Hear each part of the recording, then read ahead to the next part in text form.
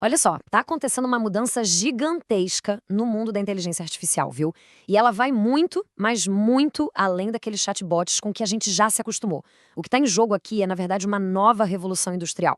Então, nesta análise, a gente vai mergulhar fundo para entender como essa tal segunda onda de IA está simplesmente redesenhando o mapa da competição. E essa citação do CEO da NVIDIA, ela nos transporta direto para o marco zero da primeira onda de IA. Para pensar nisso. Um único supercomputador entregue pessoalmente para uma pequena startup que, na época, quase ninguém conhecia e que, no fim das contas, mudou o mundo. É ou não é o ponto de partida perfeito para a gente entender o que está vindo por aí? E aqui a gente consegue ver essa evolução de um jeito bem claro, né? De um supercomputador que ocupava uma sala inteira lá em 2016 para uma máquina com poder de fogo assim colossal que cabe em cima da mesa em 2025. Essa linha do tempo, ela não mostra só o avanço do hardware, não. O que ela sinaliza é uma mudança fundamental em quem pode criar com IA e, principalmente, onde essa criação acontece. Então, vamos começar pelo começo. Vamos mergulhar na primeira parte. Como foi que uma única máquina ajudou a dar o pontapé inicial nesse boom de IA generativa que a gente vive hoje? Pois é, essa primeira onda é aquela que a maioria das pessoas já conhece bem. Modelos gigantescos, rodando lá na nuvem, treinados com a internet inteira. São ferramentas poderosíssimas, não há dúvida. Só que, por baixo dessa superfície, tem um desafio estratégico que muitas empresas agora estão começando a sacar. E é isso que nos leva direto para a segunda parte, que é o problema central de tudo isso. Vamos dar uma olhada nos riscos e nas limitações que apareceram com essa primeira onda de IA mais genérica. Aqui está o pulo do gato. Pensa só. Quando uma empresa constrói toda a sua solução em cima de uma plataforma de IA genérica, ela corre um risco enorme de virar uma commodity. O que isso quer dizer? Quer dizer que o seu grande diferencial pode simplesmente evaporar com uma única atualização da plataforma que está por baixo. E aí o negócio fica vulnerável, fácil de substituir. Essa escolha estratégica fica, assim, cristalina com essa imagem. De um lado, a gente tem a IA genérica, é como uma fábrica exposta com defesas bem frágeis. Do outro lado, a IA especializada, um verdadeiro castelo, protegido por aquele fosso competitivo. É esse segundo caminho, o de criar os próprios modelos, que de fato protege o negócio e captura valor de verdade. E além desse risco para o negócio, tem uma limitação técnica que é, assim, fundamental. A maioria desses modelos de IA é estática. Pensa neles como um livro que já foi impresso. O conhecimento está ali, fixo, congelado no tempo. Eles não conseguem aprender e se adaptar com informações novas do mundo real, o que, convenhamos, é uma desvantagem gigantesca em um ambiente que muda o tempo todo como a indústria. Bom, mas e a solução para tudo isso? É aí que a gente entra na segunda onda. É o momento em que a IA deixa de ser só uma ferramenta genérica e passa a ser uma parte especializada, totalmente integrada na operação industrial. A IA está literalmente ganhando um emprego.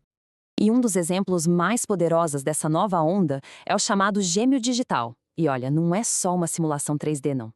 Pensa nisso como um cérebro vivo que toma decisões. Ele pega dados de toda a operação, fiscal, comercial, lá do chão de fábrica, e usa sistemas de IA para criar um modelo dinâmico e inteligente do negócio inteiro. E o que é fascinante é como esse cérebro opera. É um ciclo que nunca para. Primeiro, ele absorve os dados. Depois, ele simula vários cenários de e se. Com base nisso, ajuda a determinar a melhor ação a ser tomada e, o que é crucial, ele registra a decisão e o resultado. É esse ciclo de feedback constante que faz com que ele fique cada vez mais e mais inteligente. Olha só esse outro exemplo prático. Imagina um técnico no campo interagindo por voz com o sistema. Essa é a primeira IA em ação, o LLM de voz, que funciona como um assistente rápido, tático. Mas, ao mesmo tempo, esses dados alimentam uma segunda IA, o LLM de raciocínio. Esse é o cérebro estratégico, que fica nos bastidores analisando as falhas complexas. É a combinação perfeita de agilidade na ponta com profundidade na análise. E o resultado de tudo isso não é teórico, é valor real, tangível, lá no chão de fábrica. Estamos falando de menos tempo com máquina parada, dados totalmente seguros dentro da empresa, consertos feitos de forma muito mais eficiente e, claro, uma base de conhecimento que só cresce e melhora com o tempo. É isso que significa a IA ter um emprego de verdade. Ok, então a gente já entendeu o que é essa segunda onda e por que ela é importante. Agora, vamos para a quarta parte para ver o como. Quais são as tecnologias e, principalmente, os modelos de governança que fazem tudo isso ser possível? Essa jornada para a autonomia da IA não é um salto no escuro, de jeito nenhum. É mais como subir uma escada, degrau por degrau. As empresas começam com a IA no modo observador, só analisando e simulando. Depois, ela vira uma conselheira, recomendando ações que o humano precisa aprovar. E só depois, quando a confiança está bem estabelecida, é que ela pode passar para o modo autônomo, sempre com limites de segurança muito bem definidos. É uma abordagem segura, feita em fases. Só que para essa IA toda funcionar em tempo real, ela precisa ser extremamente rápida. E é aí que entra a otimização acelerada por GPU. Basicamente, usando o poder de processamento massivo das placas de vídeo, dá para resolver problemas de logística super complexos.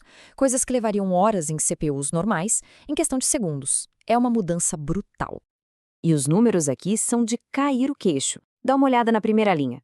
Para alocar recursos, a aceleração é de quase 3.000 vezes. Para sequenciar produção, 60 vezes. Para a logística da fábrica, 240 vezes. Essa velocidade não é só uma melhoria incremental, não. Ela muda o jogo por completo, permitindo que a fábrica se otimize em tempo real, de verdade. E o poder de fogo para fazer tudo isso acontecer está se tornando incrivelmente acessível. Lembra daquela evolução que a gente viu lá no comecinho?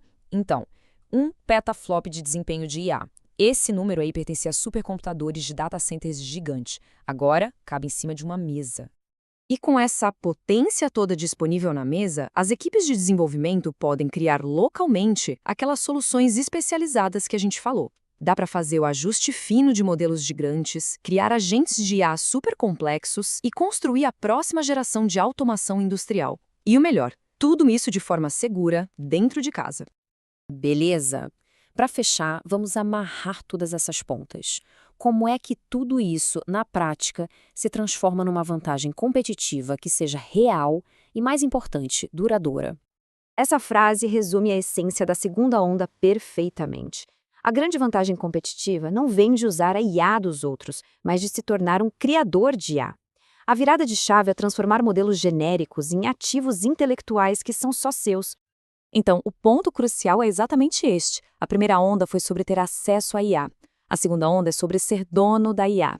E a diferença estratégica brutal entre alugar uma ferramenta que todo mundo tem e construir uma máquina própria, única, super eficiente e perfeitamente calibrada para o seu negócio. E isso nos deixa com uma pergunta final, uma provocação para o futuro. A primeira grande onda da IA foi toda construída na nuvem. Mas agora, com todo esse poder disponível localmente, na borda, a próxima revolução industrial vai ser construída dentro das próprias empresas. A grande questão que fica no ar é: o que será que vai ser construído com todo esse poder?